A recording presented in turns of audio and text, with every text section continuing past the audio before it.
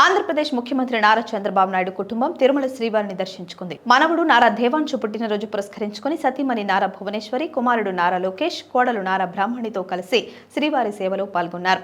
అనంతరం రంగనాయకుల మండపంలో ఆలయ పండితులు వేద ఆశీర్వచనాలు అందించగా TTD chairman BR Naidu, EO J శ్యామలరావులు స్వామివారి తీర్థ ప్రసాదాలు, చిత్రపటాన్ని, శ్రీవారి శేషవస్త్రాన్ని అందజేశారు.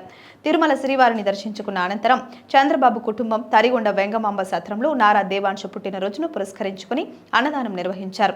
చంద్రబాబు మనవడు దేవాంశ్, కుటుంబ సభ్యులు భువనేశ్వరి, లోకేష్, బ్రాహ్మణులతో కలిసి స్వయంగా భక్తులకు ప్రసాదాలు వడ్డించారు.